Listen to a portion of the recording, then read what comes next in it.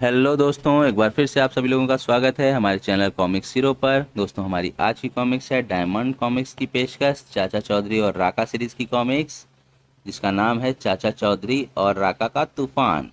तो दोस्तों, ये इशू 5 है इस सीरीज़ का, और इसका पार्ट 1 हम शुरू करते हैं। चाचा चौधरी और राका का तूफान का शहर के बाहर पत्थर तोड़ने का काम चल रहा था।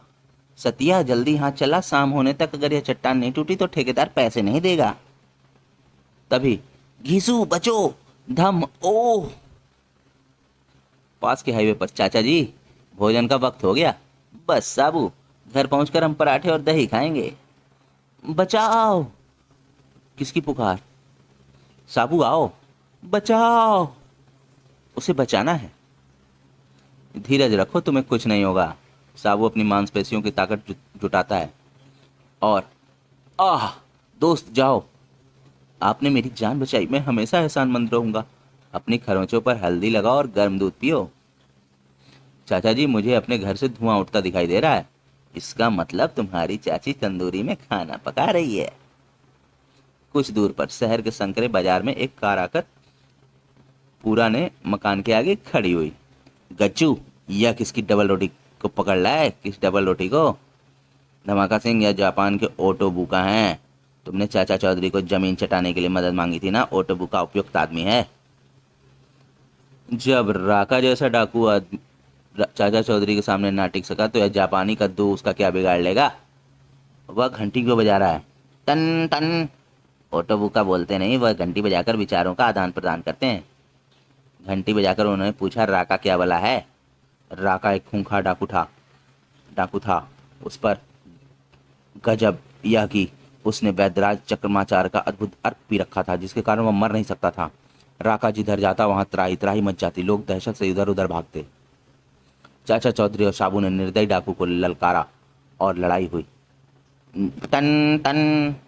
जापानी मेहमान पूछ रहे हैं, लड़ाई का परिणाम क्या रहा? साबू राका को जान से मार तो नहीं सकता था, लेकिन उसने उसे आसमान के बाउंडर में फेंक दिया। आह! तब से राका जिंदा तो है, मगर बाउंडर में बंद आसमान घूम रहा है। वह टन वह कह रहे हैं कि यह इसलिए हुआ क्योंकि राका में चतुराई नहीं थी। युद्ध में दिमाग का भी महत्व है। लो, तुम्हारा मेहमान तुम्हें एक मिनी टीवी दे रहा है। जापान इलेक्ट्रॉनिक्स चीज़ों के लिए मशहूर है। मेरा मजाक उड़ाते हो? मैंने दुश्मन के साथ लड़ना है, उसको चित्रहार नहीं दिखाना। मुझे हथियार चाहिए। ओटोबू का नाराज होकर चले गए। उसे कहो कि अपना खिलौना भी लेता जाए। धमाका सिंह, मेहमान को इस तरह बेइज्जत करना अच्छा नहीं, उसे वापस ले आओ। देखिए, मेरा मतलब आपकी तौहीन करना नहीं था। आइए अंदर चलिए। ओटोबू का टीवी रिमोट कंट्रोल का बटन दबाता है। कड़ड़ बम। देखा, जापान की इलेक्ट्रॉनिक्स इंडस्ट्री का कमाल। वह टीवी दरअसल एक पावरफुल बम था। मुझे माफ़ कर दीजिए, मैंने आपकी क्षमता पर शक किया। मुझे ऐसे ही हथियार की ज़रूरत थी। वह एक दूसरा मिनी टीवी तुम्हें दे रहे हैं, जाकर इसे चाचा चौधरी को बता और तोहफा दे दो। सचमुच ऑटो बुका की बुद्धि की दाद देनी चाहिए। उम्मीद है चाचा चौधरी घर पर ही मिलेगा। धमाका सिंह, तुम यहाँ कैसे? क्या कोई नई जालसाजी कर चलने का इरादा है? साबू, तुम्हारा दिमाग हमेशा बुरा ही सोचता है। मैं यह जापानी टीवी सेट देने आया हूँ। चौधरी, मैं आपके लिए मनोरंजन का साधन जुटा लाया हूँ। यह कलर मिनी टीवी लीजिए। इसका रिमोट कंट्रोल, इससे दूर बैठे इच्छानुसार टीवी चलाया जा सकता है। यह सेट मेरी तरफ से आपको तोहफा है। अब आप घर में बोर नहीं होंगे। धन्यवाद धमाका सिंह, मगर मैं मुफ्त की कोई चीज़ नहीं लेता, यह मेरा उसूल है। इलेक्ट्रॉनिक्स के इस हीरे को ठुकराइए मत। बाहर आइए, मैं आपको बताऊं कि इस रिमोट कंट्रोल को कितनी दूर से भी ऑपरेट किया जा सकता है। चौधरी, वह टीवी एक पावरफुल बम है। अगर मैं यहाँ इसे बटन को दबाऊं तो घर के अंदर तुम्हारी पत्नी और कुत्ता रॉकेट दोनों मर जाएंगे। मुझे तुम्हारा साथी साबू चाहिए। ना करने पर मैं तुम्हारे मकान को विस्फोट से उड़ा दूंगा। साबू का काम है अपराधों को रोकना। वह तुम्हारे साथ कैसे दे सकता है? तो फिर अपने घर को ध्वस्त होता देख लो। मैं बटन दबाता हूँ। हैं? मैंने कई बार बटन दबाया मगर विस्फोट नहीं हुआ। क्योंकि रिमोट कंट्रोल का बैटरी सेल मेरे पास है। जब तुमने अंदर मुझे रिमोट कंट्रोल दिया था तब मैंने चुपके से सेल निकाल लिया था। लो, इसे दोबारा डाल लो। चाचा चौधरी का दिमाग कंप्यूटर से तेज चलता है। मैंने सेल रिमोट कंट्रोल में फिट कर दिया है। अब इससे बम विस्फोट हो सकेगा, लेकिन करना नहीं, करूंगा। और धमाका सिंह ने जो ही बटन दबाया, कड़ड़ड़म, मेरी कार। मैंने कहा था ना कि मैं मुफ्त में कोई वस्तु नहीं लेता। मेरी पत्नी ने घर के पिछले दरवाजे से निकलकर चुपचाप मिनी टीवी तुम्हारी कार में रख दिया था। बहू, मुझे अफसोस अफसोस है कि तुम्हें पैदल ही जाना पड़ेगा। आसमान में घनघोर बादल उमड़ आए थे। तेज आंधी तूफान में पेड़ उखड़ने लगे थे। जल्दी घर भागो वीरा, आज आसमान में ऐसे भयभीत करने वाले बादल गरज रहे हैं जैसे पहले कभी नहीं। मैंने हनुमान चालीसा पढ़ना शुरू कर दिया है। अचानक बिजली कड़की और आसमान में तैरते बवंडर को चीर दिया। एक लंबे अरसे से बंद राका बवंडर से बाहर निकला है। ओह, कुछ राहत मिली, वरना मैं बवंडर में लट्टू की तरह घूमकर परेशान हो गया था। धड़म। ओ यह क्या, भागो, मुझे भूख लगी है। यहाँ दाल और रोटियां रखी हैं। रोटियां बासी और दाल बेस्वाद। अगर मैं कई दिनों से भूखा ना होता तो इन्हें कीचड़ में फेंक देता। लगता है हमारे मकान पर वज्रपात हुआ है। चलो पास से देखें, तूफान रुक गया है। एक डरावना आदमी हमारा खाना चट कर रहा है। क्या यह खाना तुमने पकाया है? हाँ। इतना घटिया, या भुगतो तो इसकी सजा। धड़ट, कड़ाक। आ दुनिया वालों, होशियार, राका आ गया है। लाल कश्मीरी सेब सूखी रोटी खाने से स्वाद बिगड़ गया था। इन सेबों से चाय का अच्छा होगा। सरप सरप, मीठे हैं। दीपा, लगता है कोई आवारा लड़का अपने ट्रक से सेब चुरा रहा है। बीरू, मैं नीचे उतर के अभी उसका तिया पाचा कर देता हूँ। बाप रे, छोकरा कहाँ, यह तो दैत्य है। तराशा त्राश। दीपा लौटा नहीं आया। नीचे उतर कर देखूं। मेरे दीपा, तुझे किसने मारा? हाय हाय। अगर तुम्हें वह आदमी मिल जाए जिसने इसे मारा तो तुम क्या करोगे? मैं उसको खून पी जाऊंगा। तो लो, जिसने तुम्हारे भाई को मारा था वो सामने खड़ा है, आगे बढ़ो। मेरा मतलब था। तो फिर मुझे अपना काम करने दो। सलास। पेट भर गया। अब मुझे जिस चीज की जरूरत है वह है नींद। कई सालों से मैं सोया नहीं। एक पेड़ की घनी छाया देखकर राका सो गया। घर घर। पास ही मैदान में क्रिकेट मैच जारी था। बैट्समैन को सेंचुरी बनाने में सिर्फ 6 रनों की जरूरत है।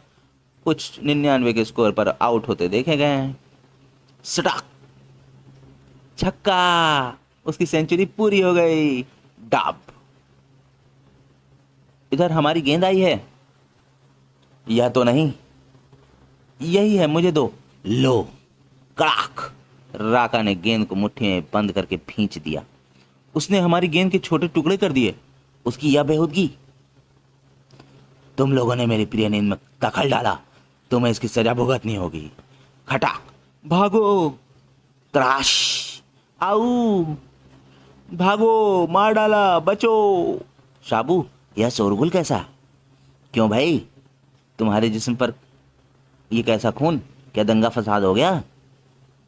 उससे बदतर, कत्लेआम। एक विशाल दाढ़ी वाला आदमी क्रिकेट ग्राउंड में सबको काट फाड़ रहा है। विशाल दाढ़ी वाला कौन हो सकता है? राका। उसको हमने ऐसी जगह फेंका था जहां से निकलना मुश्किल है, लेकिन असंभव नहीं। जो कत्लेआम हो रहा है उसे रोकना जरूरी है। साबू, आओ। यह वही है। तुम आ गए। तुमसे मैंने पुराना हिसाब चुकाना है। तुम्हारे शरीर पर का खून पीने के लिए मेरी तलवार लपलपा रही है। राका, अभी वक्त है तुम अपने आप को पुलिस के हवाले कर दो। मैं तुम्हारे जुर्म माफ करवाने के लिए सिफारिश करूंगा। मेढक, मेरा जवाब यह है। फटा। ओह बदतमीज, मुझे तुम्हारी टांग तोड़नी होगी। उससे पहले मैं तुम्हें काट कर डिनर के लिए सलाद बना दूंगा। सलास। साबू हट कर वार कतरा गया और पलटकर दायां पैर राका की ठुड्डी पर जमा दिया। धड़ा। आऊ। तुम्हें उठाकर पिंजरे में डालना होगा। तभी पीछे से एक गैस के फव्वारे ने साबू के चेहरे को लपेट लिया। रुको, यह क्या करते हो? लगता है तुम उसके साथी हो। फर्राह। धन्यवाद, तुम्हारी शक्ल पहचानी हुई लगती है। मैं जोलन हूँ राका। कुछ साल पहले मेरे रासायनिक कारखाने के लिए तुम बंधुआ मजदूर सप्लाई करते थे। तब तुम्हारा आकार आम आदमी जितना था। यह दोनों बेहोश हो गए हैं। बेहोशी की हालत में ही मैं दुश्मन को मार डालता हूँ। नहीं रुको, उनके जिंदा रहने में फायदा है। यह दोनों मेरे कारखाने, जो कि समुद्र में दूर एक टापू बोसाई पर है, में काम करेंगे। उससे मुझे क्या लाभ होगा? बहुत। आज से तुम मेरे पार्टनर। मेरे कारखाने में बेहोश करने वाली गैस बड़े पैमाने पर बनाई जा रही है। हम वह गैस शहर में फैलाकर उसके वासियों को वास बेहोश करेंगे और उन्हें लूट लेंगे। इस तरह एक एक करके हम सारे शहरों की दौलत हड़प लेंगे। जोलन, मुझे तुम्हारा प्लान अच्छा लगा, लेकिन शहर की पुलिस के बारे में तुम्हें क्या कहना है? हमारी गैस के असर से वह भी बेहोश होंगे। अब इन्हें जल्दी ट्रक में डालो। जोलन का ट्रक समुद्र के तट की ओर चल दिया। अगर हमारी योजना कामयाब रही तो थोड़े दिनों में हम दुनिया के सबसे ज्यादा अमीर व्यक्ति होंगे। इसमें कोई शक नहीं। दौलत के बाद हम विश्व की सरकार होते आएंगे। देखो, वे बंधुआ मजदूर कहीं होश में तो नहीं आ गए? नहीं, तुम्हारा रसायन देर तक असर करने वाला लगता है। तट पर चाचा चौधरी और साबू को जहाज में लादने के लिए क्रेन द्वारा उठाया गया। इन्हें जल्दी भारत से बाहर ले जाओ, कहीं कोई इन्हें पहचान न ले। कैप्टन, जहाज रवाना करो। Yes sir. समुद्र को चीरता हुआ जहाज जा रहा था।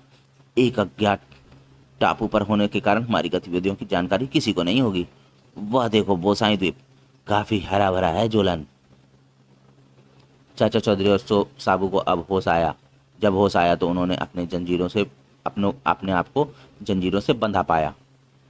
तुम हमारे कैदी हो। हमारे हुक्म के मुताबिक तुम्हें काम करना होगा। याद रखना, मैं अनुशासन भंग होना पसंद नहीं करता। मेरे यहाँ सजाएं कड़ी हैं। बोसाई टापू पर जोलन का रासायनिक कारखाना दिखाई दिया। काम ना करने पर हाथ काट दिए जाते हैं और अपमान करने पर जुबान। लाल पगड़ी वाला इस लेबोरेटरी में काम करेगा। लंबा आदमी, काफी शक्तिशाली है। वह खनिज पदार्थ ढोएगा। बाहर बंधुआ मजदूर काम में लगे थे। लो, रसायन भर दिया, इसे ले जाओ। क्यों? तुम यहाँ से बच निकलने का नहीं सोचते? चुप। अगर उस गार्ड ने सुन लिया तो तुम्हें गोलियों से भून देगा। मौत से अच्छा है कि चुपचाप काम करते रहो। गुलामी को इन्होंने अपना भाग्य मान लिया है, लेकिन यहाँ से बच निकलने का कोई ना कोई रास्ता तो होगा। चाचा जी कुछ ना कुछ जरूर करेंगे। चाचा जी, भूख लगी है। यह तुम्हारा घर नहीं, जेल खाना है। यहाँ हमें उसकी मर्जी से खाना मिलेगा। काश 2 मिनट के लिए मेरे बंधन खोल दिए जाते। उधर जोलन और रखा, मैं हाथ पर हाथ रखकर नहीं बैठ सकता। हम दौलत इकट्ठी करने कब जाएंगे? हवाई जहाज में गैस भरी जा रही है। हम थोड़ी देर में अपनी यात्रा आरंभ करेंगे। कुछ देर बाद राका और जोलन चल दिए। दोस्त, जहाज छोटा है इसलिए मुझे तुम्हें बाहर बैठाना पड़ा। मैं यहाँ आराम से हूँ जोलन। आहा, सामने शहर दिखाई दे रहा है। यह इन लोगों का दुर्भाग्य है कि उनका कस्बा मेरे रास्ते में पहले पड़ा। इसमें मेरा क्या दोष? और जो ही जोलन ने बटन दबाया, जहाज से गैस के बादल निकल पड़े। कस्बे के वासी बेखबर थे कि क्या होने वाला है। कुछ ही मिनटों में जो जहां था वहां अचेत हो गया। सारी हलचल ठहर गई। हमें रोकने वाला कोई नहीं। जितना चाहो ओवरड्राफ्ट ले लो। इतने सारे करेंसी नोट्स मैंने पहले कभी नहीं देखे। ये सब हमारे हैं। अभी मेरे थैली में जगह बाकी है।